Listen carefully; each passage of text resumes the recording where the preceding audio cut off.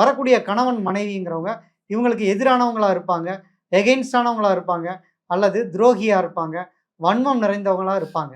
இதில என்ன ஒரு பிரச்சனை அப்படின்னா, 7ஆம் வீட்ட செவ்வாய், ராகு, சனி பார்வையிட்டா அவங்க கணவன் அல்லது மனைவியால துன்புறுத்தப்படுவார்கள்.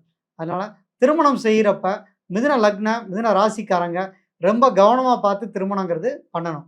இவங்களுக்கு பெரும்பாலும் லக்கியா என்ன ஆகும்னா, குரு வந்து பாதிக்கப்பட்டுருவாரு, அல்லது குரு நீசமாயிருவாரு, அல்லது பாவ கிரகங்கள் பார்வைப்பட்டு அவரோட பலத்த இழந்துருவாரு. பாதகாதி தன்மைய அது இழந்துர்றாரு. அதனால இவங்களுக்கு பெரும்பாலும் ஓரளவுக்கு நன்மைகள் நடக்கும். இருந்தாலும் கொஞ்சம் குரு திசையிலயோ, குரு புத்தியிலோ கவனத்தோட செயல்படணும். இல்லாட்டி பாதிப்புகள் ஏற்படும். அதே நேரம் 7ஆம் அதிபதி குருவா இருக்கலாம். அவர் வந்து புத்திரகாரகன்.